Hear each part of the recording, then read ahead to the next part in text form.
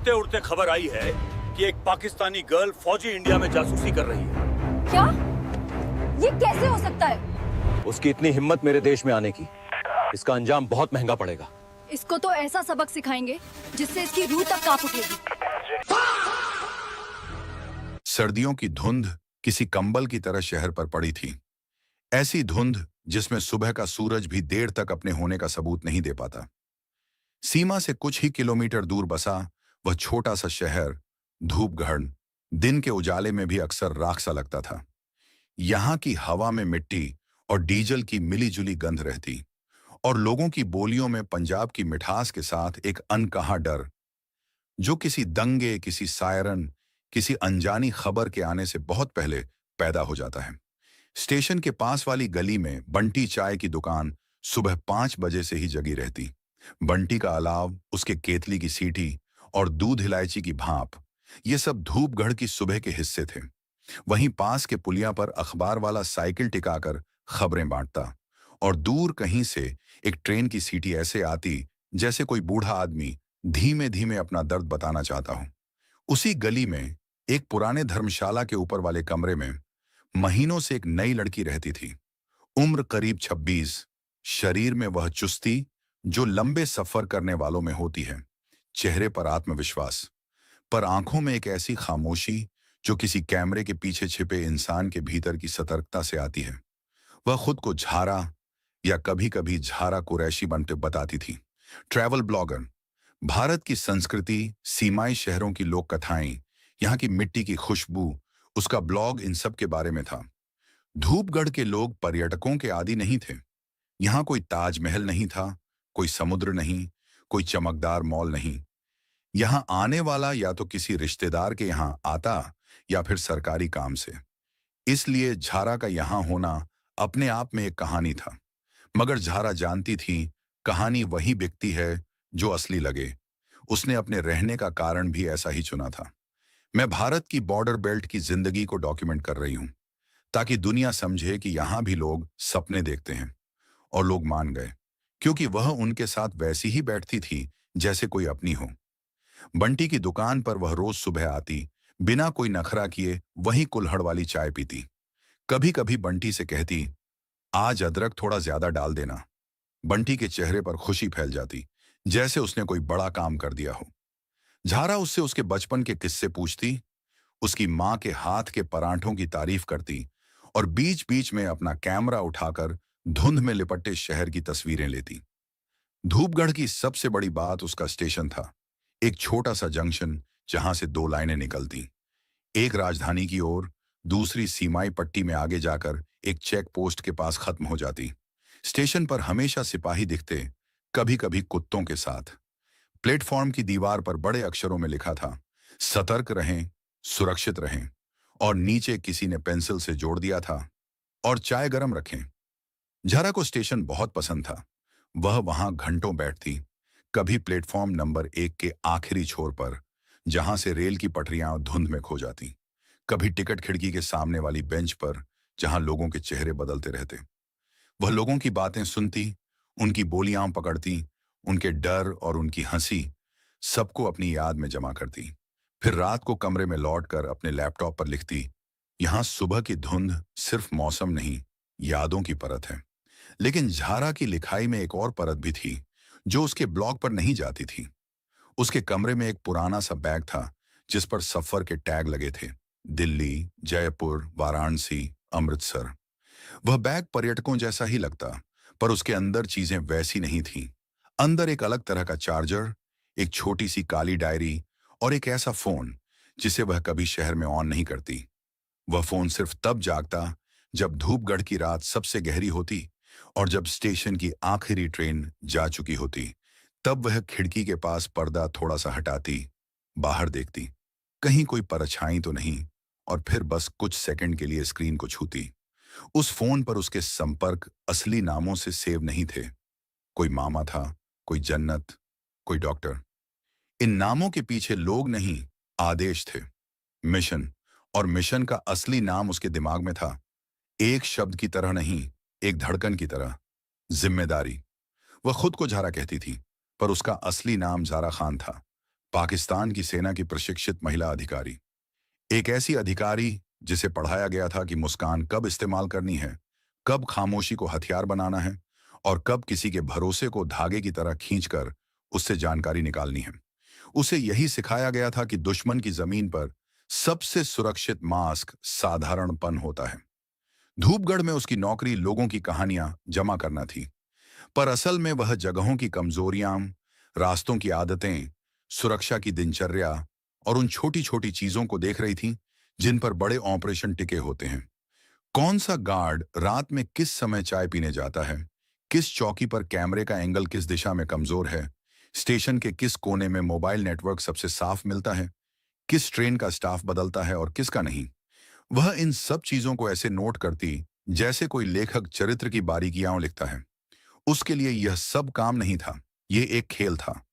और खेल का नियम यही था कि सामने वाला कभी न समझे कि उसके साथ खेला जा रहा है। शहर के बीचों बीच एक छोटा सा सरकारी गेस्ट हाउस भी था, जहां कभी कभी अफसर आते जाते। वहीं के पास एक पोस्ट ऑफिस, एक पुलिस चौकी और एक पुराना पार्क था, जिसमें 2 झूले और 3 बेंचें थीं। झारा वहां भी जाती। पार्क की सबसे आखिरी बेंच पर बैठकर वह अक्सर एक ही दिशा में देखती, उस सड़क की ओर जो आगे जाकर सीमा की तरफ जाती थी। उस सड़क पर कभी कभी सेना के ट्रक निकलते। उनका शोर धुंध में दबा हुआ लगता, पर उनके पहियों के निशान सड़क पर देर तक रहते। एक दिन जब धूप थोड़ी खुली थी और धुंध बस पतली सी चादर बनकर रह गई थी, झारा ने पार्क के पास एक बच्चे को रोते देखा। बच्चा शायद 7-8 साल का होगा, गाल लाल, नाक बहती हुई। वह अपनी मां का हाथ पकड़कर खींच रहा था। मुझे वो वाला खिलौना चाहिए, मां झुंझलाकर बोली। घर चल, पैसे नहीं हैं। झारा ने बिना सोचे पास की दुकान से वही छोटा सा प्लास्टिक का खिलौना खरीदकर बच्चे को दे दिया। बच्चा चुप हो गया। मां ने पहले तो मना किया, फिर संकोच में मुस्कुराई। बहन जी, ये क्यों?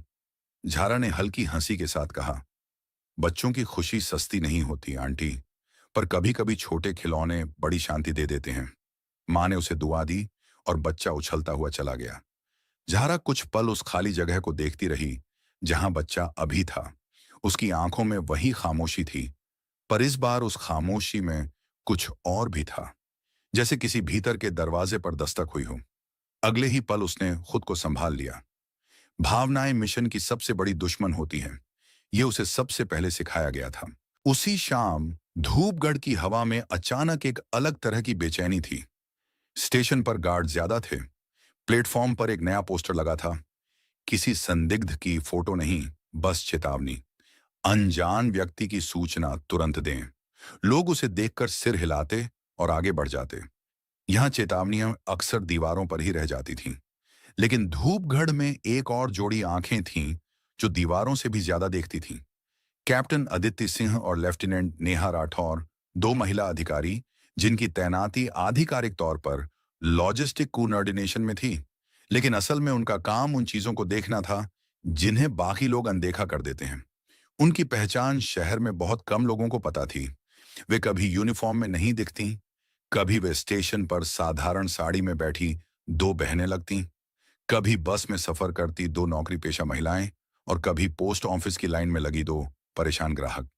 अदिति का चेहरा साफ, आंखें तेज और बोलने का तरीका ऐसा कि सामने वाला खुद ही अपनी बात उगल दे। नेहा उससे अलग थी, कम बोलती, ज्यादा सुनती, और जब बोलती तो उसकी आवाज में वह ठंडक होती जो बहुत कुछ समझ लेने के बाद आती है। दोनों की दोस्ती ऐसी नहीं थी जो कॉलेज के कैंटीन में बनती है। उनकी दोस्ती उन रातों में बनी थी जब फैसले किसी फाइल पर नहीं, किसी इंसान की सांस पर लिखे जाते हैं। मिशन का पहला संकेत बहुत छोटा था, एक संदिग्ध कॉल, एक सिम जो बार बार अलग अलग टॉवर से हिट हो रही थी, लेकिन इस्तेमाल करने वाला व्यक्ति हर बार उसी इलाके में दिखाई देता। रिकॉर्ड में नाम किसी साधारण महिला का था जिसका आधार कार्ड असल था, पर उसके चेहरे की तस्वीर अजीब तरह से बहुत साफ थी, जैसे फोटो किसी स्टूडियो में नहीं, किसी सिस्टम में बनाई गई हो। फिर एक और संकेत, स्टेशन के सीसीटीवी में एक लड़की कैमरा लेकर बार बार उसी दिशा में फ्रेम सेट करती थी जहां सुरक्षा की एक छोटी सी कमी थी। आम पर्यटक भी फोटो लेते, लेकिन आम पर्यटक किसी चौकी के पीछे वाले हिस्से की फोटो लेने में दिलचस्पी नहीं रखते। तीसरा संकेत सबसे साधारण पर सबसे डरावना था।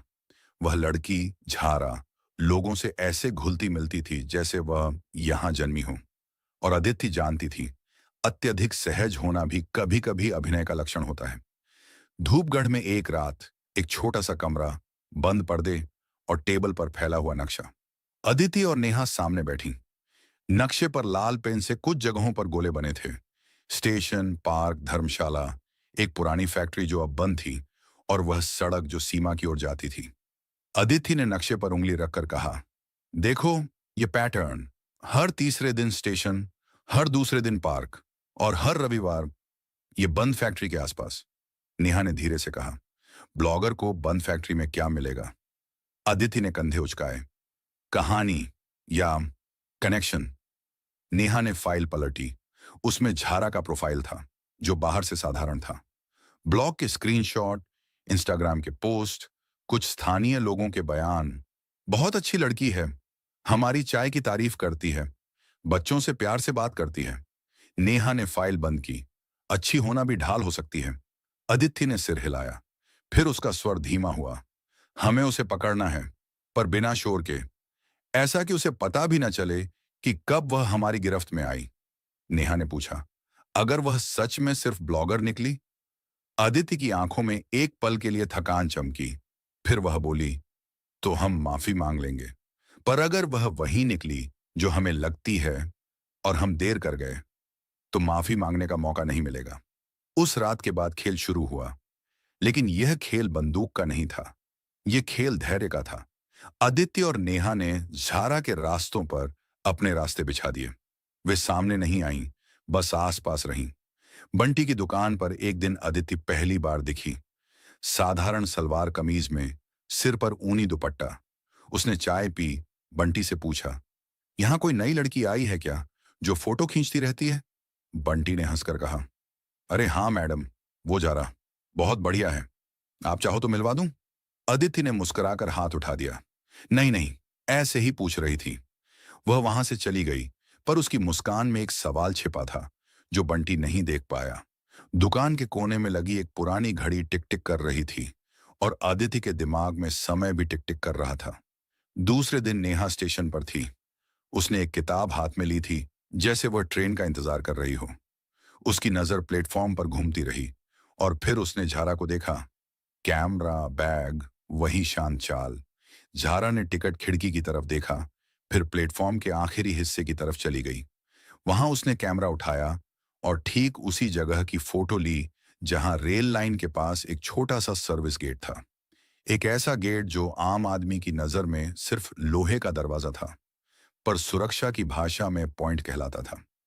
नेहा ने किताब का पन्ना पलटा, लेकिन उसकी आंखें किताब पर नहीं थीं।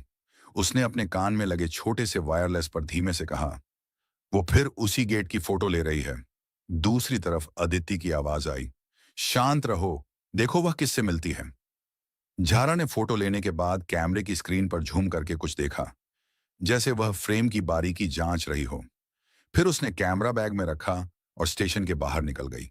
उसके कदमों में वही आत्मविश्वास था, लेकिन आज उसकी चाल में एक हल्की सी जल्दी थी, जैसे उसके पास समय कम हो। नेहा ने दूरी बनाकर उसका पीछा किया। लोगों की भीड़ में, सर्दियों के कपड़ों में, कोई किसी को ठीक से पहचान नहीं पाता।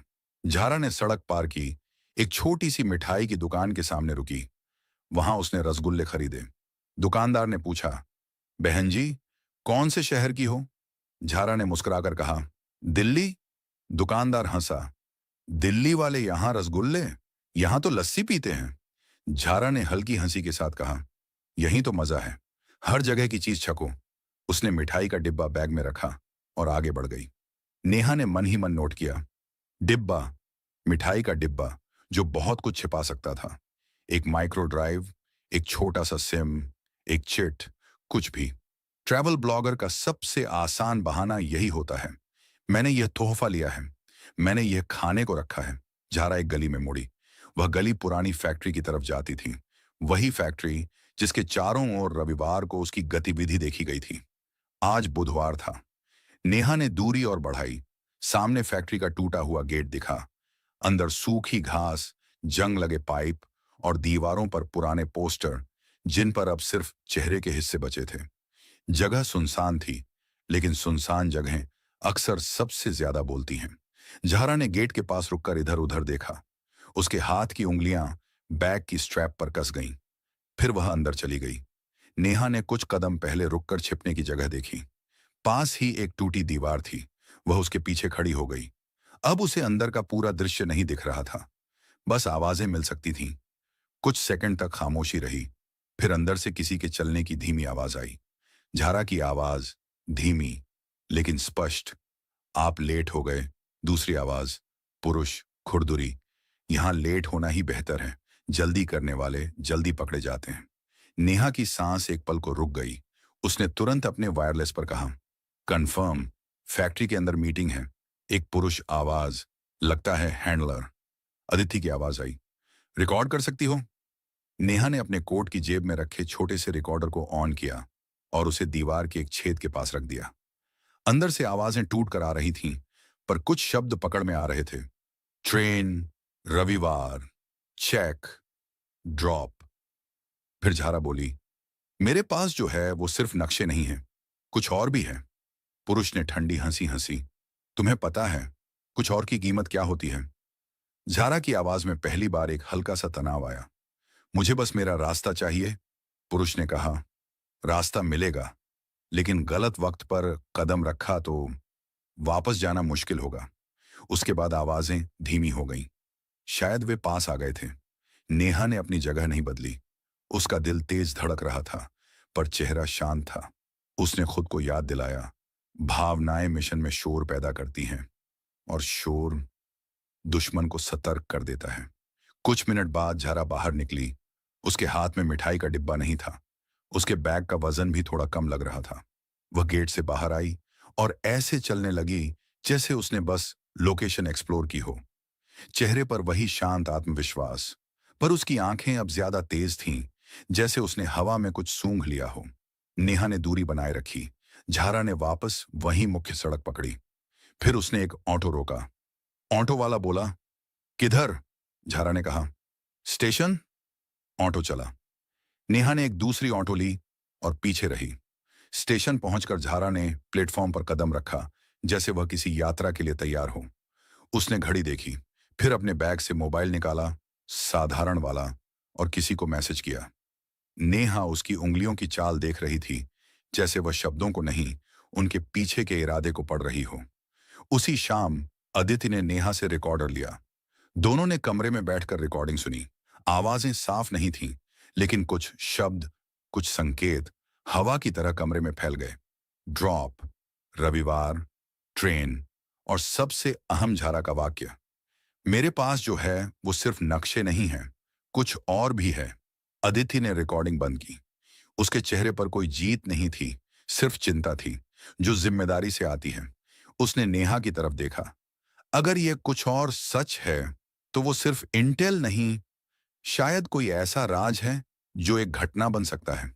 नेहा ने धीरे से पूछा, हम उसे अभी उठाएं? अदिति ने नक्शे की तरफ देखा, फिर खिड़की से बाहर। धुंध फिर लौट आई थी। उसने कहा, नहीं, अभी नहीं। अभी हम उसे उठाएंगे तो हमें सिर्फ एक लड़की मिलेगी, और उसके साथ शायद एक झूठ भी। हमें उसका पूरा नेटवर्क चाहिए। उसका ड्रॉप कहाँ है, किसके लिए है, और वह कुछ और क्या है, ये सब। नेहा ने हल्की सांस ली। और अगर रविवार तक उसने वो ड्रॉप कर दिया? अदिति की आवाज कठोर हो गई। तभी तो हम रविवार का इंतजार नहीं करेंगे। हम उसका रविवार उससे पहले ही लिख देंगे। अगले दिनों में धूपगढ़ वैसा ही रहा। चाय की भाप, ट्रेन की सीटी, धुंध, लोग। लेकिन इस सामान्य शहर के भीतर अब 3 अलग अलग कहानियां चल रही थीं। एक कहानी लोगों की जो रोजी रोटी के लिए दौड़ते थे, दूसरी कहानी जारा की जो मुस्कान के पीछे मिशन छुपाए थी, और तीसरी कहानी अदिति नेहा की जो बिना शोर के जाल बुन रही थी। झारा को लग रहा था कि सब कुछ उसकी पकड़ में है। उसने अपने ब्लॉग पर पोस्ट डाली, धूपगढ़ की सुबहें धुंध में लिपटी हैं, पर यहां के लोगों की हिम्मत धूप जैसी है। लोगों ने लाइक किए, कमेंट किए, आप फिर आइए, हमारा शहर अच्छा लगा, कभी हमारे घर भी चाय पीने आइए। झारा ने हंसते हुए रिप्लाई किया, जरूर। और उसी रात उसने अपने असली फोन पर एक छोटा सा संदेश भेजा, सिर्फ 4 शब्द। सब तैयार है, ट्रेन। उसके बाद उसने फोन बंद कर दिया, पर्दा खींच दिया और बिस्तर पर लेटकर छत को देखने लगी। उसके मन में एक पल के लिए मां का चेहरा आया, जिसे उसने सालों से सच नहीं बताया था। फिर उसे अपने ट्रेनिंग कैंप की सुबह याद आई, जहां उसे सिखाया गया था कि मिशन से बड़ा कुछ नहीं। उसने आंखें बंद की और खुद को समझाया, बस कुछ दिन, फिर वापस, फिर सब सामान्य, फिर जीवन। लेकिन जीवन कभी फिर से सामान्य नहीं होता। ये बात झारा नहीं जानती थी। उधर अदिति और नेहा ने अपनी योजना को अंतिम रूप देना शुरू किया। वे सीधे पुलिस को नहीं लाएंगी, वे सीधे सेना की बटालियन को नहीं बुलाएंगी, वे किसी सड़क पर उसे रोककर हंगामा नहीं करेंगी, क्योंकि झारा जैसी प्रशिक्षित अधिकारी हंगामे में नहीं पकड़ी जाती। वह हंगामे को अवसर बना लेती है। उसे पकड़ने का तरीका वही होगा जो उसे सबसे ज्यादा पसंद है, साधारणपन। अदिति ने कहा, हम उसे उसी जगह पकड़ेंगे जहां वह खुद को सबसे सुरक्षित समझती है। नेहा ने पूछा, कहां? अदिति ने एक शब्द कहा, ट्रेन। ट्रेन धूपगढ़ की नस थी। ट्रेन में लोग आते जाते, पहचान धुंधली हो जाती और हर चेहरा थोड़ी देर के लिए कहानी बन जाता। ट्रेन में झारा खुद को यात्री समझती थी, और यात्री होने का सबसे बड़ा लाभ यह होता है कि कोई तुम्हें ज्यादा देर तक नहीं देखता। अदिति ने धीरे से समझाया, हम उसे यह महसूस नहीं होने देंगे कि वह गिरी है। हम उसे यह भी महसूस नहीं होने देंगे कि वह पकड़ी गई है, जब तक वह सच में पकड़ी न जाए। नेहा ने नक्शे पर उंगली रखी। और कुछ और? अदिति ने कहा, वो भी उसी के साथ आएगा, क्योंकि जो चीज वह छुपा रही है वह उसे छोड़कर नहीं जाएगी। वह उसे अपने पास रखेगी, जैसे इंसान अपना डर अपने पास रखता है। दिन गुजरते गए। धूपगढ़ की हवा और ठंडी हो गई। झारा ने स्टेशन पर जाने की संख्या बढ़ा दी। वह प्लेटफॉर्म पर खड़ी होकर ट्रेनों के टाइम देखती, कभी टिकट की लाइन में लगती, कभी चाय पीती, लेकिन उसके भीतर एक घड़ी टिक रही थी जो किसी बोर्ड पर नहीं दिखती। और फिर वह दिन आया।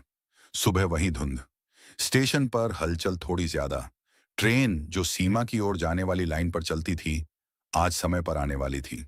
झारा ने अपना बैग कंधे पर डाला, बालों को टोपी के अंदर छुपाया और शीशे में खुद को देखा। एक साधारण लड़की, ट्रैवल ब्लॉगर, जो बस एक और शहर की कहानी लेकर लौट रही है। उसने रिसेप्शन पर जाकर कमरे की चाबी जमा की। बूढ़े मैनेजर ने कहा, मैडम, फिर कब आओगी? झारा ने मुस्कुराकर कहा, जल्दी ही। इस शहर की कहानियां खत्म थोड़ी होती हैं। मैनेजर हंसा, सही कहा, यहां तो हर धुंध में एक नई कहानी छिपी है। झारा ने सिर हिलाया। उसने बैग का स्ट्रैप कसकर पकड़ा और स्टेशन की ओर चल पड़ी। प्लेटफॉर्म पर वह ट्रेन खड़ी थी, धुंध में से उभरी हुई जैसे कोई लोहे का जानवर। झारा ने अपना डिब्बा देखा, स्लीपर। उसने सीट नंबर चेक किया, फिर चढ़ गई। अंदर लोगों की गंध थी, ऊनी कपड़े, सस्ते इत्र और चाय की भाप। बच्चे रो रहे थे, कोई आदमी फोन पर बोल रहा था, एक बूढ़ी औरत भगवान का नाम ले रही थी। झारा ने अपना बैग ऊपर रखा, बहुत सावधानी से, फिर खिड़की के पास बैठ गई। उसके चेहरे पर वह हल्की थकान थी जो सफर से पहले आती है। उसने बाहर देखा। प्लेटफॉर्म पर बंटी चाय वाला भी था। किसी को चाय देने आया होगा। उसने झारा को देखा और हाथ हिलाया। झारा ने मुस्कुराकर सिर हिला दिया। उस मुस्कान में अलविदा भी था और मैं जीत गई का एहसास भी। ट्रेन के उसी डिब्बे में 2 और महिलाएं चढ़ीं। एक ने ग्रे रंग का शॉल ओढ़ रखा था, दूसरे ने साधारण सा बैग पकड़ा था। वे दोनों ऐसी लग रही थीं जैसे किसी रिश्तेदारी में जा रही हों। उन्होंने टिकट दिखाया, अंदर आईं और झारा से कुछ सीटें दूर बैठ गईं। झारा ने उन्हें देखा नहीं, या देखा भी तो ध्यान नहीं दिया। ट्रेन में चेहरों पर कौन ध्यान देता है, लेकिन अदिति और नेहा ने झारा को देख लिया था। उन्होंने उसे ऐसे देखा जैसे डॉक्टर किसी रोग को नहीं, उसके लक्षणों के पीछे छिपे कारण को देखता है। अदिति ने खिड़की के बाहर देखा, फिर धीमे से नेहा के कान में कहा, शुरू? नेहा ने बिना देखे जवाब दिया, शुरू। ट्रेन ने झटका खाया, फिर धीरे धीरे चल पड़ी। प्लेटफॉर्म पीछे छूटने लगा। धूपगढ़ की धुंध और चाय की दुकानें सब पीछे जाते हुए छोटे छोटे दृश्य बन गए। झारा ने एक पल के लिए आंखें बंद की। उसे लगा जैसे वह अपने मिशन की आखिरी सीढ़ी पर है। उसने अपने बैग की तरफ देखा, जहां वह कुछ और छिपा था। उसने उंगलियां हल्की सी सिकोड़ लीं, जैसे वह खुद को भरोसा दिला रही हो कि सब उसके नियंत्रण में है। उसी समय ट्रेन के डिब्बे में चाय वाला घुसा। चाय, चाय, उसकी आवाज परिचित थी, लेकिन उसका चेहरा झारा ने ठीक से नहीं देखा। चाय वाला झारा की सीट के पास आया। उसने पूछा, मैडम, चाय? झारा ने सिर हिलाया। हाँ। चाय वाले ने कुल्हड़ आगे बढ़ाया। झारा ने पैसे निकालने के लिए पर्स खोला। उसी पल चाय वाले की कलाई पर बंधी घड़ी की चमक ने उसे चौंकाया। वह चमक किसी दुकानदार की नहीं, किसी अनुशासित आदमी की लगती थी। उसकी उंगलियां भी बहुत स्थिर थीं, बहुत नियंत्रित। झारा ने कुल्हड़ लिया, पर उसकी नजर एक सेकंड के लिए चाय वाले के चेहरे पर गई। उसे लगा, ये चेहरा, ये आवाज, कुछ। चाय वाला आगे बढ़ गया। झारा ने कुल्हड़ की गर्मी हथेली में महसूस की, पर उसके भीतर ठंड उतर आई। उसने पीछे मुड़कर देखा। डिब्बे के दूसरे छोर पर दो महिलाएं बैठी थीं, और उनमें से एक की आंखें ठीक उसी तरह देख रही थीं जैसे किसी ने उसे पहले भी देखा हो। बहुत ध्यान से, बहुत शांत। झारा ने धीरे से खुद को समझाया, पैरानोया, सफर का तनाव। उसने कुल्हड़ होंठों के पास ले गया। चाय की भाप उसकी आंखों तक गई और वह धुंधली हो गई। लेकिन तब भी उस धुंध के पीछे उसे साफ दिख रहा था, कोई खेल शुरू हो चुका है। और यह खेल उसकी शर्तों पर नहीं था। उसने बैग की तरफ देखा, फिर खिड़की के बाहर। ट्रेन रफ्तार पकड़ रही थी और पटरियां किसी धागे की तरह आगे भाग रही थीं। झारा की उंगलियां अनजाने में बैग की स्ट्रैप पर कस गईं। उसके चेहरे पर मुस्कान अब भी थी, लेकिन आंखों की खामोशी में पहली बार एक सवाल उभरा, क्या मैं अकेली हूं? और उसी सवाल के साथ कैप्टन अदिति सिंह ने अपनी सीट से बहुत सहजता से उठकर अपना शॉल ठीक किया, जैसे वह बस वॉशरूम जा रही हो। वह धीरे धीरे चलती हुई झारा की ओर बढ़ी, इतनी सामान्य कि कोई भी उसे देखकर ध्यान न दे। झारा ने चाय का घूंट लिया। उसका गला गर्म हुआ, लेकिन मन में एक ठंडा सन्नाटा फैल गया, क्योंकि उसे अचानक समझ आने लगा था, उसके चारों तरफ बैठे लोग शायद साधारण यात्री नहीं हैं। और जब एक जासूस को यह समझ आने लगे, तब अक्सर बहुत देर हो चुकी होती है। झारा ने कुल्हड़ को होंठों से लगाया, पर स्वाद उसके दिमाग तक नहीं पहुंच पाया। चाय गर्म थी, अदरक तेज, पर उसके भीतर कहीं एक पतली सी सर्द रेखा खींच गई थी, जैसे किसी ने रीढ़ पर उंगली रखकर बता दिया हो कि अब तुम अकेली नहीं हो। उसने खिड़की से बाहर देखने का अभिनय किया, ताकि सामने वाला उसकी आंखों की हलचल न पड़ पाए। धुंध के पार खेत दौड़ रहे थे, तारों की बाढ़ भाग रही थी, और कहीं कहीं छोटे छोटे ढाबे ऐसे दिखते जैसे दुनिया अभी भी सामान्य हो। लेकिन उसकी दुनिया के भीतर कुछ बदल चुका था।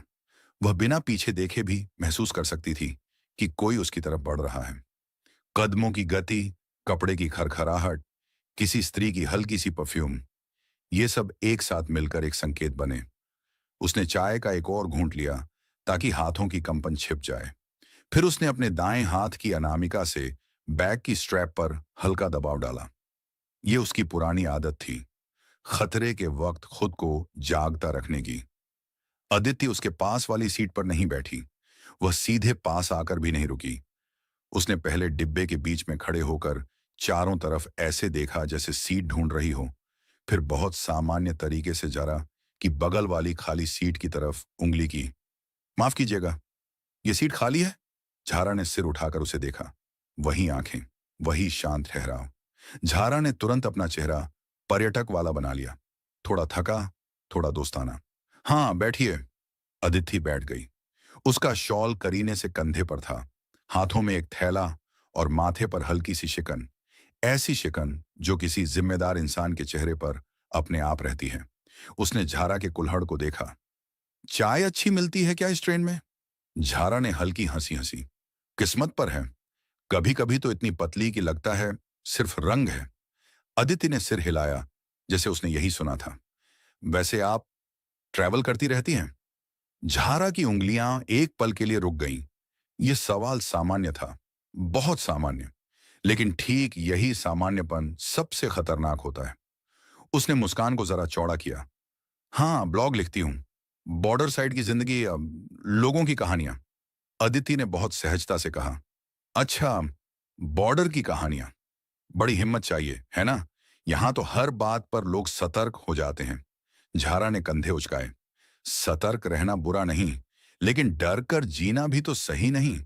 अदिति ने उसकी तरफ देखा, बहुत ध्यान से, पर ऐसे नहीं जैसे घूर रही हो।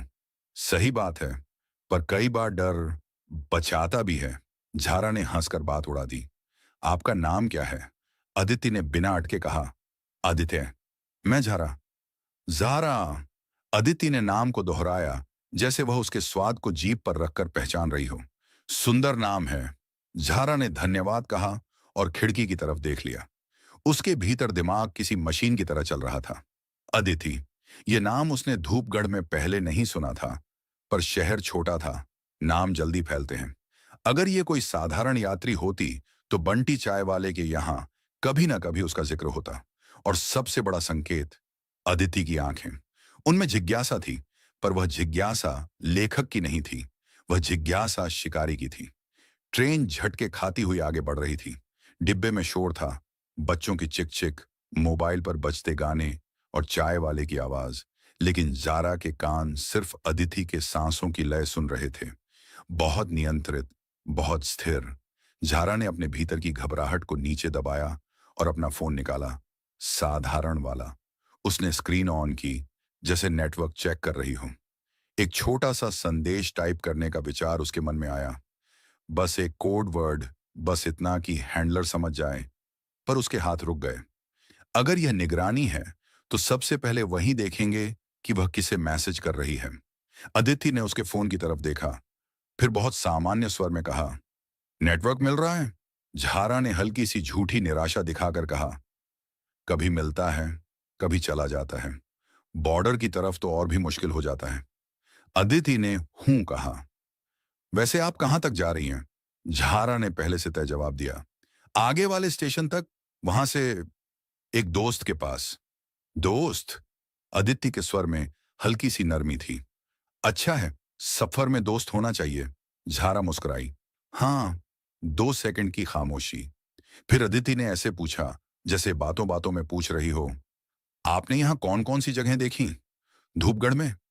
झारा ने तुरंत अपने ब्लॉग वाले जवाब निकाल दिए। मंदिर, गुरुद्वारा, स्टेशन, बाजार, बंटी की चाय। वह बोलती रही और खुद को सामान्य दिखाती रही, लेकिन उसे महसूस हो रहा था अदिति उसके शब्द नहीं सुन रही, वह उसके बीच की खाली जगहें सुन रही है। वह देख रही है कि झारा किस जगह का नाम लेने से बच रही है, और झारा जानती थी वह कौन सी जगहें हैं जिनका नाम नहीं लेना चाहिए। बंद फैक्ट्री, सर्विस गेट, वह सड़क, वह चौकी, वह ड्रॉप। अदिति ने अचानक कहा, आपकी आवाज में दिल्ली का असर कम है। झारा का दिल एक पल के लिए नीचे गिरा। उसने तुरंत हंसकर कहा, मैं जगह जगह रही हूं ना, आवाज भी घूम जाती है। अदिति ने मुस्कुराया, पर मुस्कान में गर्मी नहीं थी। हाँ, घूम तो जाती है। उसी वक्त डिब्बे के दूसरे छोर से नेहा उठी। वह धीमे कदमों से आगे बढ़ी, जैसे उसे वॉशरूम जाना हो। वह झारा की सीट से कुछ कदम दूर रुकी, खिड़की के पास खड़े आदमी से जगह मांगी, फिर वहीं ठहर गई। उसकी आंखें झारा पर नहीं थीं, पर उसका ध्यान झारा से हट भी नहीं रहा था। वह पूरे डिब्बे का तापमान पढ़ रही थी। कौन किस तरफ देख रहा है, कौन किससे बात कर रहा है, कौन सिर्फ सोने का अभिनय कर रहा है।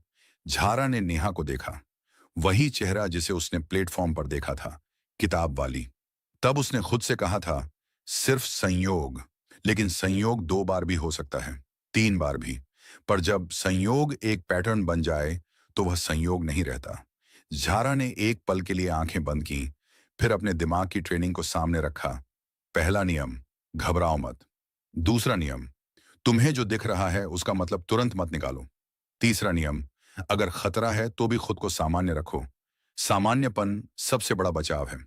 अदिति ने धीरे से कहा, आपके बैग में कैमरा भारी है? झारा ने गर्दन घुमाकर बैग की तरफ देखा। हाँ, थोड़ा। अदिति ने ऐसे कहा जैसे वह सचमुच दिलचस्पी ले रही हो। कैमरा कौन सा है? मैं भी फोटो खींचती हूं।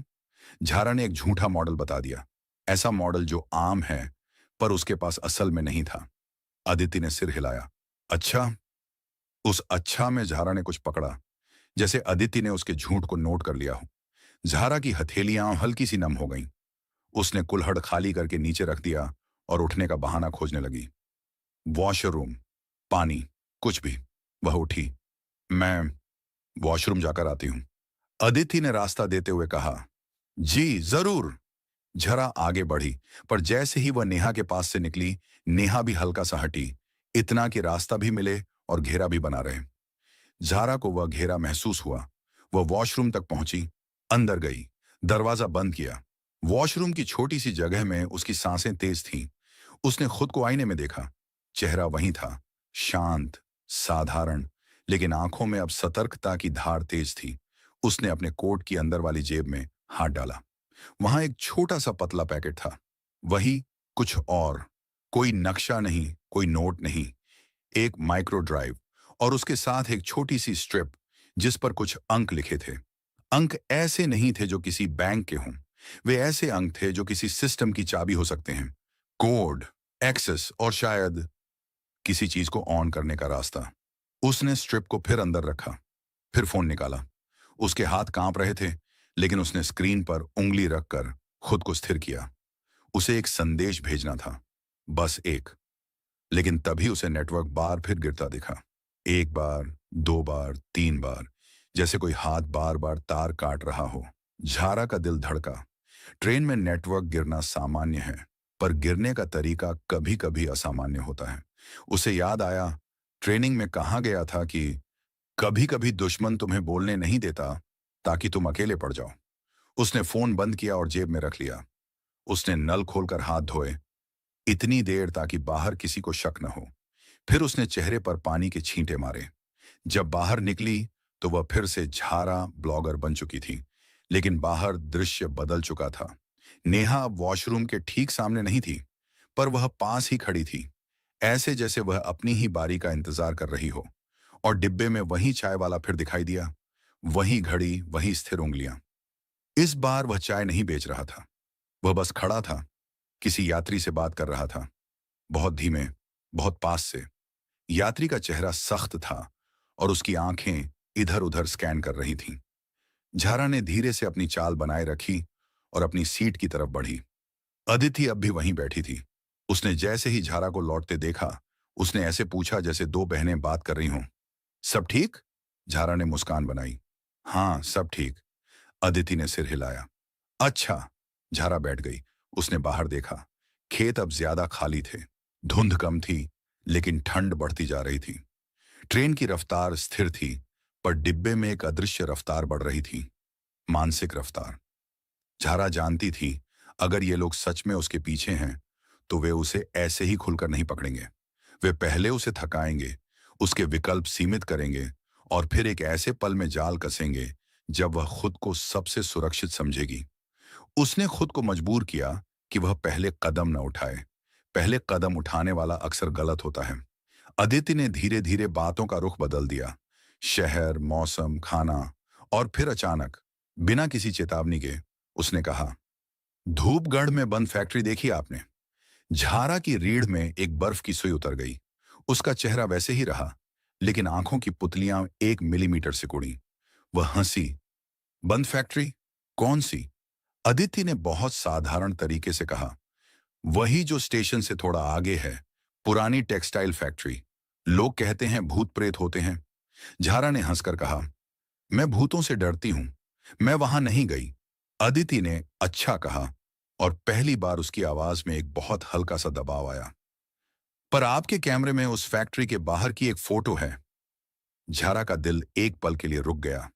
उसके दिमाग में बिजली सी दौड़ी। कैमरे में? उसने तो कैमरा किसी को दिखाया ही नहीं। क्या उन्होंने उसका कैमरा हैक किया? नहीं, ट्रेन में यह संभव नहीं। तो फिर सीसीटीवी या स्टेशन पर ली गई तस्वीरों का बैकग्राउंड, या कोई भ्रम? उसने खुद को संभाला। आप मेरे कैमरे की बात कैसे जानती हैं? अदिति ने मुस्कुराकर कहा, मैं फोटो में दिलचस्पी रखती हूं ना। धूपगढ़ छोटा शहर है, यहां लोग बात करते हैं, आप चर्चित हैं। यह जवाब बहुत नरम था, पर भीतर छिपा हुआ चाकू था। झारा समझ गई, ये लोग उसे बताना चाहते हैं कि वे जानते हैं, लेकिन वे इतना नहीं बताना चाहते कि झारा डरकर कोई पागल कदम उठा ले। झारा ने अपनी मुस्कान को और सामान्य किया। हो सकता है किसी और ने कहा हो, मेरे कैमरे में तो बहुत फोटो हैं, मैंने हर गली की फोटो ली है। अदिति ने उसकी ओर देखा, फिर बहुत धीमे से, ऐसे जैसे वह सिर्फ खुद को सुनाना चाहती हो, बोली, हर गली की नहीं, सिर्फ उन्हीं की जिनका रास्ता कहीं और निकलता है। झारा ने इस बार बाहर देखने का अभिनय नहीं किया। उसने सीधा अदिति की आंखों में देखा। आप कहना क्या चाहती हैं? अदिति ने गहरी सांस ली। मैं कुछ नहीं कहना चाहती। मैं बस समझना चाहती हूं। आप जैसी लड़की धूपगढ़ जैसे शहर में महीनों क्यों? झारा के पास जवाब था, ब्लॉग, रिसर्च, डॉक्यूमेंट्री। लेकिन अब वह जानती थी जवाब का सही होना जरूरी नहीं, जवाब का भरोसेमंद होना जरूरी है। उसने कहा, क्योंकि मैं ऐसी कहानियां लिखना चाहती हूं जो लोग पढ़ें, क्योंकि सीमा पर रहने वाले लोग भी दुनिया के लायक हैं। अदिति की आंखें कुछ सेकंड के लिए नरम हुईं, जैसे उसे भी यह बात सच लगी हो। और यही अदिति की सबसे खतरनाक क्षमता थी। वह सच और झूठ के बीच ऐसे चल सकती थी जैसे दोनों उसके लिए एक ही सड़क हों। तभी नेहा आगे आई। उसने बहुत सहज तरीके से अदिति के पास झुककर कहा, दीदी, आपका फोन बज रहा था, शायद नेटवर्क आ गया। यह दीदी शब्द इतना घरेलू था कि आसपास कोई सतर्क न हुआ। अदिति ने हाथ बढ़ाकर फोन लिया, जो असल में उसका फोन नहीं था, सिर्फ एक बहाना था। उसने स्क्रीन देखी और उठकर बोली, मैं जरा बात करके आती हूं। वह उठी और डिब्बे के बीच की तरफ चली गई। झारा अकेली रह गई, लेकिन अकेली नहीं। नेहा अब उसके सामने वाली सीट पर बैठ गई थी। उसने अपना बैग गोद में रखा और ऐसे पर्स में हाथ डाला जैसे कुछ ढूंढ रही हो। झारा ने उसे देखा। नेहा ने पहली बार सीधे उसकी तरफ देखा, बिना मुस्कान, बिना नफरत, बिना किसी भाव के। झारा के पेट में हल्की सी मरोड़ उठी। नेहा ने धीमे स्वर में कहा, आपका पासपोर्ट कहाँ का है? झारा की सांस अंदर अटक गई। यह सवाल ट्रेन में कोई अजनबी नहीं पूछता। उसने सख्ती दिखाई। आप कौन हैं? नेहा ने शांत स्वर में कहा, वही जो आप नहीं चाहती कि मैं हूं। झारा का गला सूख गया। उसने आसपास देखा। लोग अपनी दुनिया में थे। किसी बच्चे का दूध गिर गया था, मां डांट रही थी। दो लड़के लूडो खेल रहे थे। किसी को कुछ पता नहीं था। यही तो सबसे डरावना था।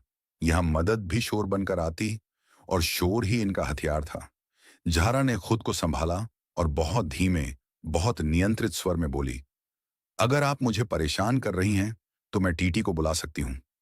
नेहा ने हल्की सी हंसी हंसी, पर उसकी हंसी में मजाक नहीं था। टीटी अभी व्यस्त है। झारा की आंखें एक सेकंड के लिए डिब्बे के दरवाजे की तरफ गईं। वहां वही चाय वाला खड़ा था और अब उसके बगल में वही सख्त आंखों वाला आदमी भी था। यह कोई टीटी नहीं था। टीटी की वर्दी नहीं, मगर चाल में वही अधिकार। झारा समझ गई, कंट्रोल अब उनके पास है। नेहा ने बहुत धीमे से कहा, हम हंगामा नहीं करेंगे, आप भी नहीं करेंगी। ये ट्रेन चलती रहेगी, लोग अपनी अपनी बातों में व्यस्त रहेंगे और आप हमारे साथ उतरेंगी। झारा ने होंठ भींच ली। किस अधिकार से? नेहा ने जवाब नहीं दिया।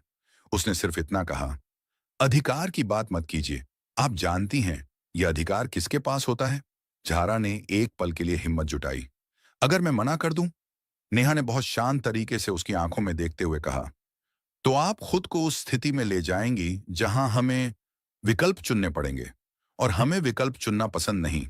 झारा का दिमाग तेज चल रहा था। उसे बचना था, लेकिन कैसे? ट्रेन चल रही है, खिड़की से कूदना पागलपन होगा। और अगर ये लोग सच में इंटेल हैं तो प्लेटफॉर्म पर भी उनकी टीम होगी। उसका सबसे सुरक्षित तरीका था समय खरीदना। समय खरीदकर वह कुछ और को सुरक्षित कर सकती थी, या कम से कम उसे नष्ट कर सकती थी, ताकि वह उनके हाथ न लगे। उसने धीरे से कहा, आपको गलतफहमी हो रही है, मैं सिर्फ ब्लॉगर हूं। नेहा ने सिर हिलाया, जैसे वह यह उम्मीद कर रही थी। अगर आप सिर्फ ब्लॉगर हैं तो बताइए, आप बंद फैक्ट्री में बुधवार को किससे मिली थी?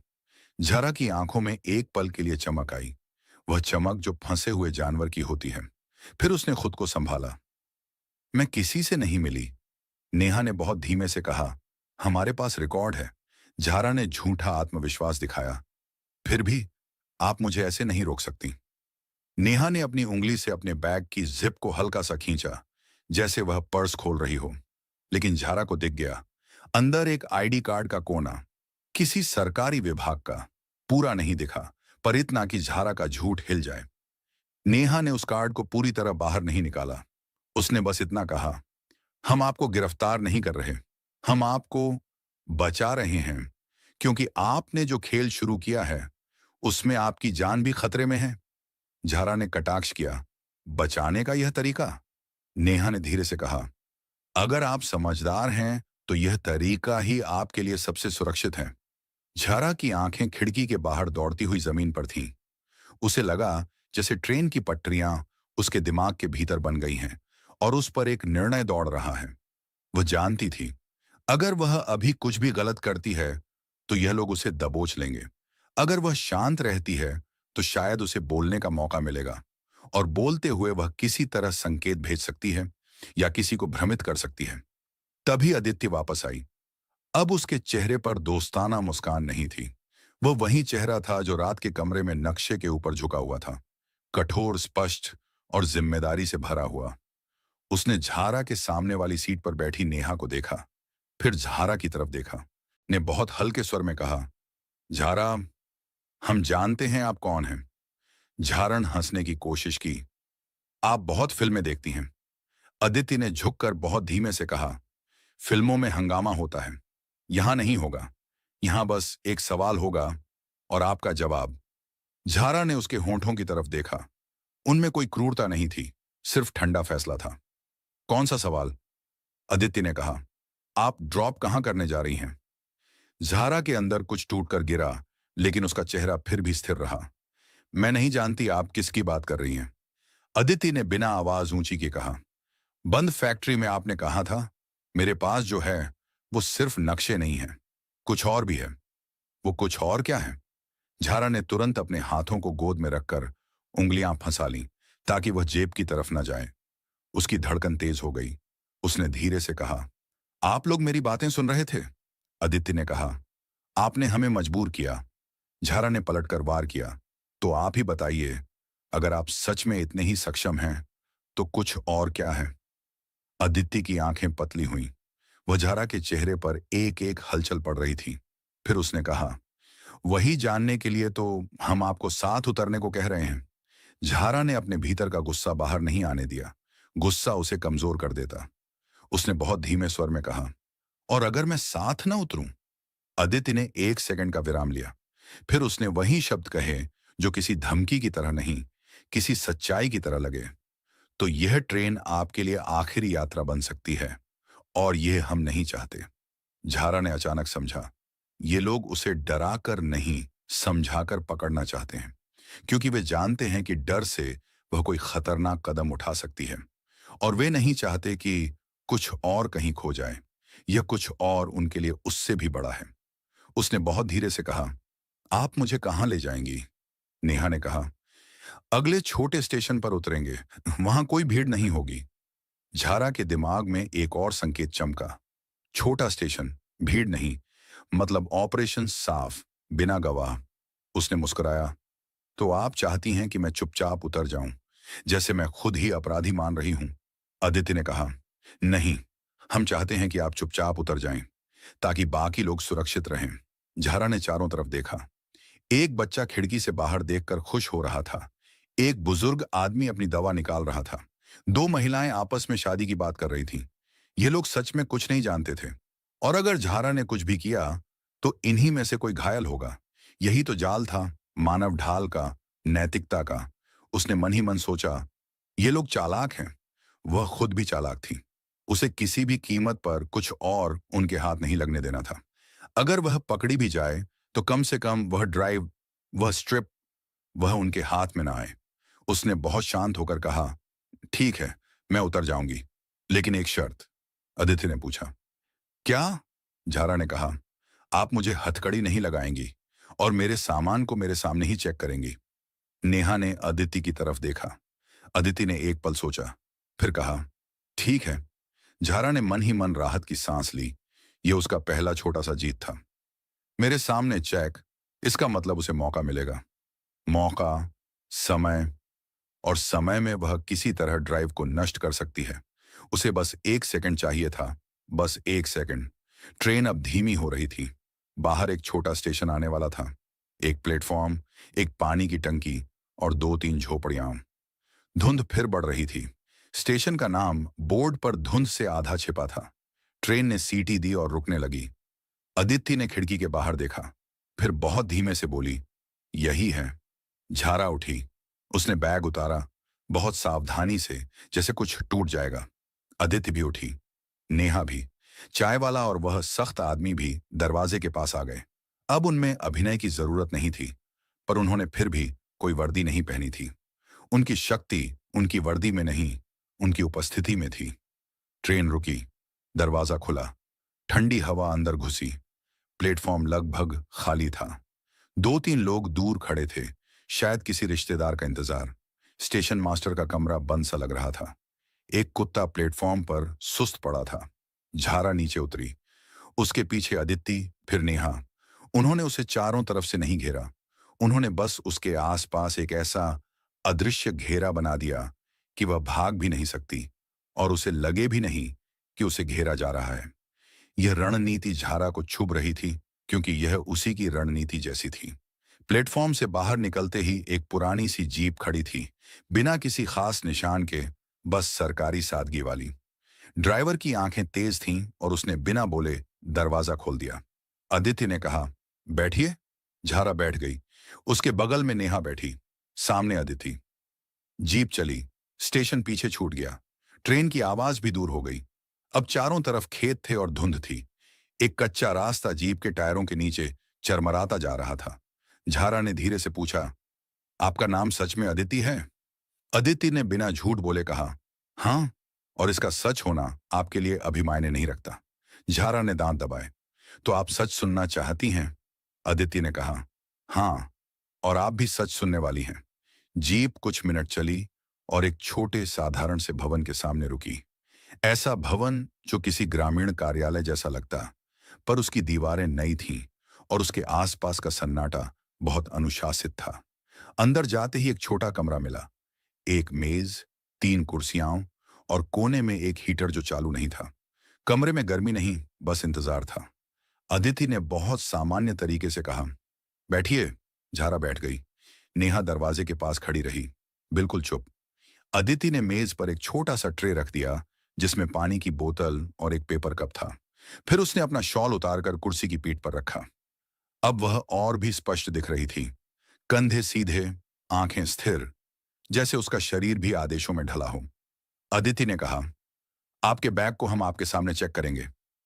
झारा ने सिर हिलाया और मन ही मन तैयार हो गई। यही पल है, बस एक सेकंड। अदिति ने बैग खोला।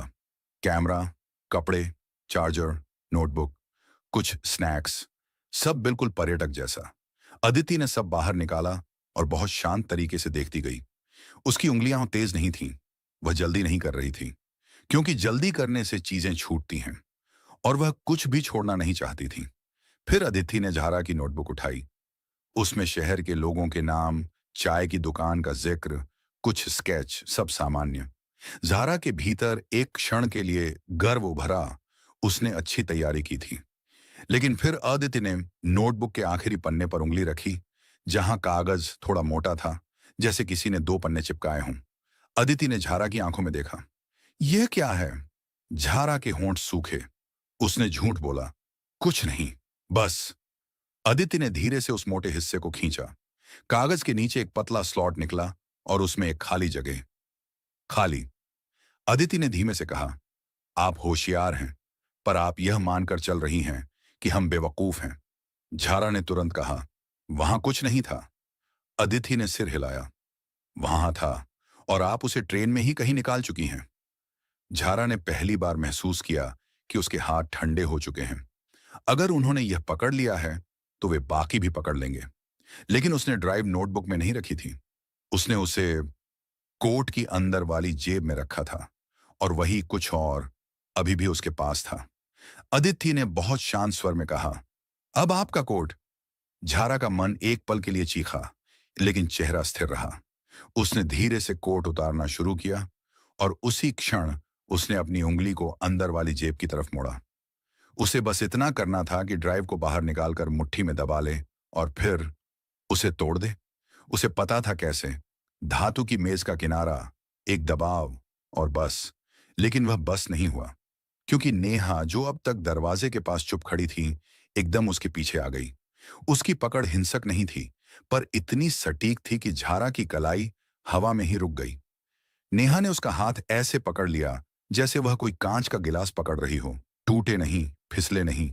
नेहा ने पहली बार कठोर स्वर में कहा, मत कीजिए।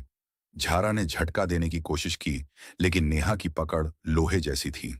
नेहा ने धीरे धीरे झारा का हाथ नीचे किया, फिर बहुत शांति से कहा, आपके पास जो है वो सिर्फ आपकी जान नहीं, दूसरों की जान भी तय कर सकता है। झारा की आंखों में गुस्सा भर आया। तुम्हें क्या पता? अदिति ने कुर्सी से उठकर एक कदम आगे बढ़ाया। हमें इतना पता है कि आप जिस चीज को बचाने की कोशिश कर रही हैं वह साधारण इंटेल नहीं है। झारा ने हंसी। इस बार उसकी हंसी में कटुता थी। आप लोग जीत नहीं पाएंगी, मेरे बाद भी। अदिति ने बीच में काटा, आपके बाद भी क्या? झारा चुप हो गई। उसके भीतर एक पल के लिए वही मानव जागा जो कहता है कि किसी भी चीज की कीमत पर अपने देश को धोखा मत दे। लेकिन फिर दूसरा मानव जो ट्रेनिंग और वफादारी से बना था, उसने उस पहले को दबा दिया। अदिति ने नेहा की तरफ देखा। नेहा ने झारा का कोट सावधानी से लिया, अंदर वाली जेब में उंगली डाली और कुछ सेकंड बाद वह छोटा सा पैकेट बाहर आ गया। झारा की आंखों में एक पल के लिए हार की परछाई आई, फिर वह तुरंत फिर से कठोर हो गई, जैसे उसने खुद को कहा हो, हार अभी नहीं। अदिति ने पैकेट खोला। अंदर माइक्रो ड्राइव थी और एक पतली स्ट्रिप जिस पर अंक थे। अदिति ने उसे देखा, लेकिन तुरंत किसी भाव में नहीं आई। उसने बस पूछा, यह कोट किसका है? झारा ने दांत भींचकर कहा, मुझे नहीं पता। अदिति ने शांत स्वर में कहा, झूठ। झारा ने उसकी आंखों में देखा, आप मुझे मार दें, मैं नहीं बताऊंगी। अदिति ने बहुत धीमे से कहा, हम आपको मारने नहीं आए, हम आपको समझने आए हैं और सच निकालने आए हैं। झारा ने कटाक्ष किया, सच? अदिति ने कुर्सी खींचकर फिर बैठते हुए कहा, आपने ड्रॉप के लिए ट्रेन चुनी। क्यों? क्योंकि ट्रेन चलती रहती है, क्योंकि ट्रेन में पहचान घुल जाती है, क्योंकि ट्रेन में आपका हैंडलर भी आपके पास आ सकता है और आप उसे देख भी ना पाएं। सही? झारा चुप रही। अदिति ने आगे कहा, और आपने मिठाई का डिब्बा फैक्ट्री में छोड़ा, जिसका मतलब है कि वहां कोई रिसीवर है, कोई स्थानीय, कोई ऐसा जो आपके लिए सामान उठाएगा और आगे पहुंचाएगा। झारा ने आंखें घुमा ली, लेकिन चुप रही। अदिति ने स्ट्रिप को उंगलियों के बीच घुमाया। ये ऐसे अंक नहीं हैं जो सिर्फ नक्शों के साथ चलते हैं। ये किसी सिस्टम की चाबी है, और बॉर्डर के पास कौन सा सिस्टम सबसे कीमती है? नेहा ने धीमे से कहा, निगरानी, सर्विलांस। झारा की पलकों में हल्की सी फड़फड़ाहट हुई, बस एक, पर काफी। अदिति ने उसे पकड़ लिया। अदिति ने बहुत शांत, बहुत भारी स्वर में कहा, तो कुछ और यही है। आप सिर्फ रास्ते नहीं बना रही थीं, आप किसी आंख को अंधा करने का तरीका ला रही थीं। झारा ने हंसने की कोशिश की, आपको भ्रम हो रहा है। अदिति ने उसकी हंसी को नजरअंदाज किया। भ्रम तब होता है जब सबूत ना हो। आपके पास सबूत है, आपकी जेब में। झारा की सांसें तेज हुईं। उसकी ट्रेनिंग कहती थी, चुप रहो। उसकी इंसानियत कहती थी, कुछ बोलो ताकि ये लोग गलत दिशा में जाएं। उसने दोनों के बीच एक तीसरा रास्ता चुना, आधा सच, आधा झूठ। उसने कहा, मान लीजिए ये किसी सिस्टम की चाबी है, तो भी इसका मतलब यह नहीं कि मैं किसी को नुकसान पहुंचाने आई हूं। अदिति ने कहा, तो आप किस लिए आई हैं? झारा ने बहुत धीरे से कहा, मैं सिर्फ एक चीज वापस ले जाने आई थी। नेहा ने पूछा, क्या? झारा की आंखें एक पल के लिए खाली हो गईं। एक नाम। अदिति के चेहरे पर हल्का सा बदलाव आया। किसका नाम? झारा ने होंठ दबाए।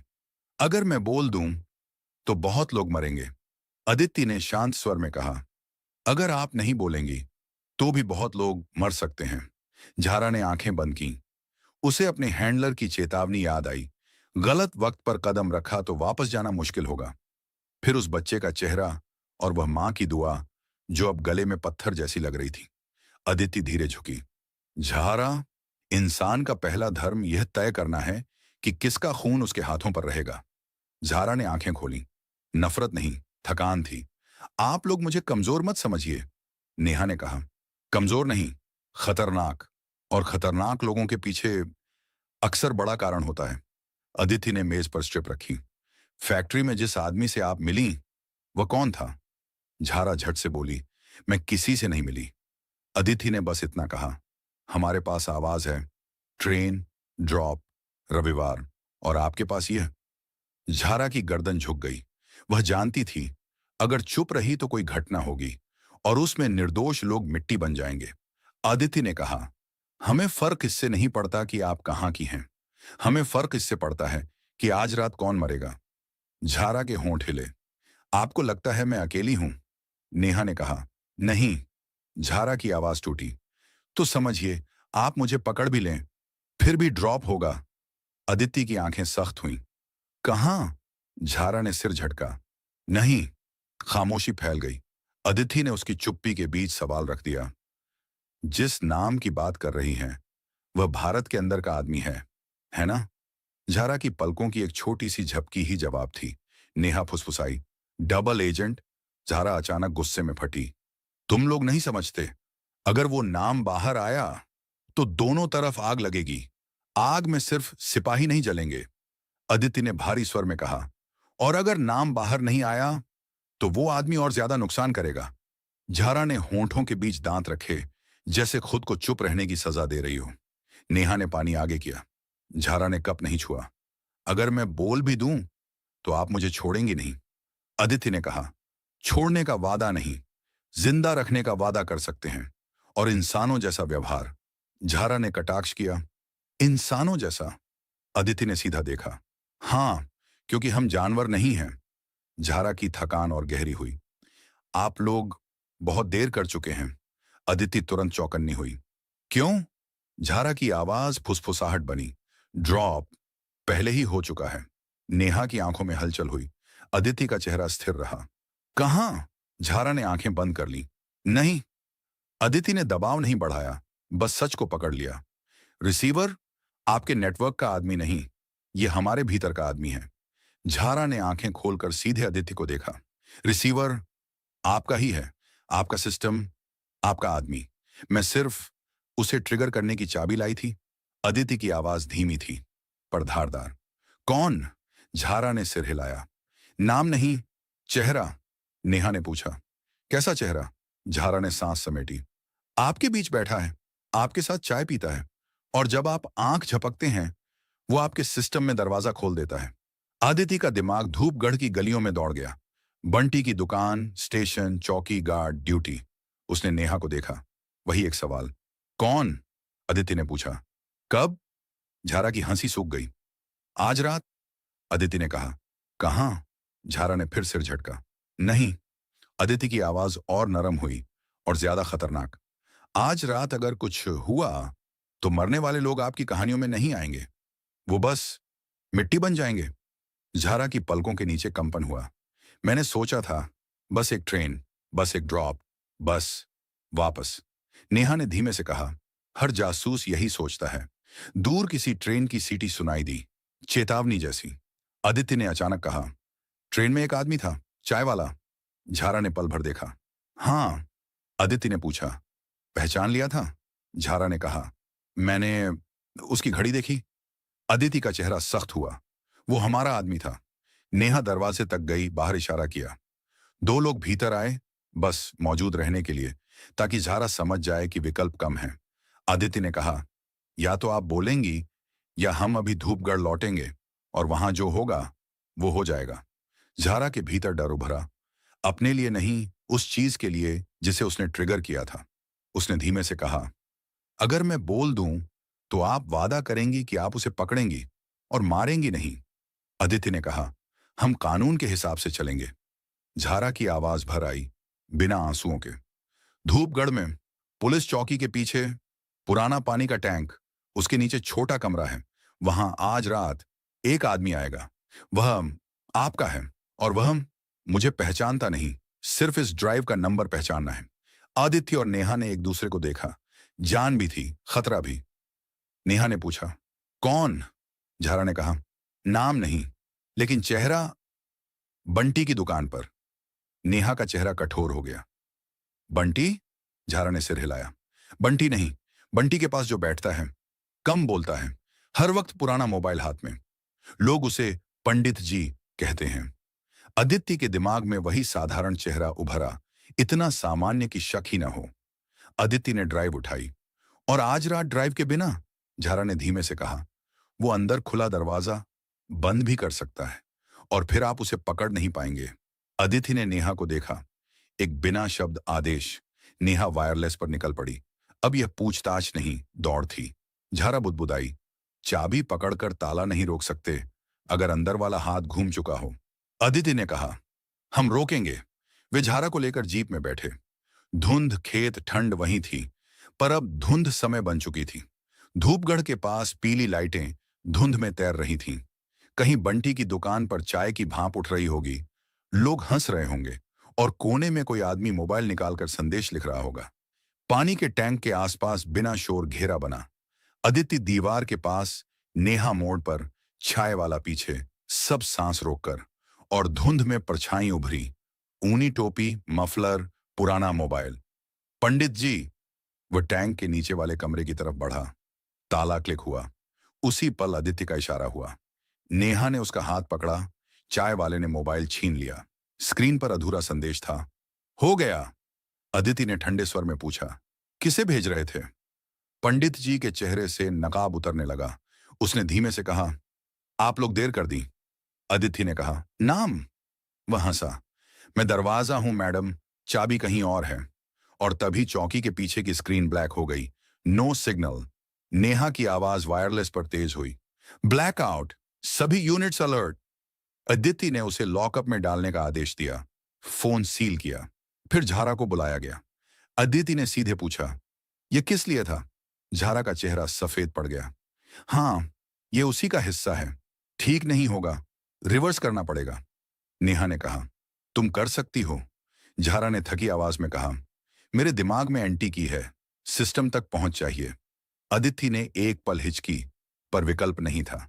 ठीक है, एक भी चाल और यहीं खत्म। कंट्रोल रूम में झारा ने लॉक देखे, पैटर्न पकड़ा, कोड बोल दिया। टेक्नीशियन ने टाइप किया। कुछ सेकंड बाद फीड लौट आई। गेट, गली, बंटी की दुकान का बल्ब, धुंध। उसी पल अलर्ट आया। बॉर्डर रूट पर एक सफेद वैन, नंबर प्लेट पर मिट्टी, बॉडी में कंपन। अदिति की आंखें सख्त हुईं। यही है। यूनिट्स ने वैन घेर ली। एक आदमी फोन उठाने लगा, पकड़ा गया। दूसरा रिमोट दबाने ही वाला था कि उसे गिरा दिया गया। रिमोट धूल में फिसल गया। बम स्क्वाड ने दूरी बनवाई, टाइमर तक पहुंचा और उसे डिसेबल कर दिया। धूपगढ़ की रात जो आग बन सकती थी, फिर से धुंध बनकर रह गई। लॉकअप में पंडित जी ने खुद को चोट पहुंचाने की कोशिश की, जैसे सच को अपने साथ दफन करना चाहता हो। अदिति ने उसे पकड़कर पूछा, किसके लिए काम कर रहे हो? उसने खून भरे होंठों से एक ही शब्द कहा, भीतर, और गिर पड़ा। सुबह से पहले शहर फिर जागने लगेगा। बंटी चाय चढ़ाएगा, बच्चे स्कूल जाएंगे, ट्रेन की सीटी बजेगी, लोग कहेंगे आज धुंध ज्यादा है। किसी को पता नहीं होगा कि रात धूपगढ़ की सांस रुकते रुकते बची थी। झारा एक कमरे में बैठी रही, बिना हथकड़ी के, पर अपने फैसलों से बंधी। उसने अपने हाथ देखे जो कभी खिलौना देने को उठे थे, और उसी हाथ ने सिस्टम की चाबी भी पकड़ी थी। नेहा ने बाहर धुंध में बंटी की दुकान का कोना देखा, जहां पंडित जी की कुर्सी अब खाली थी।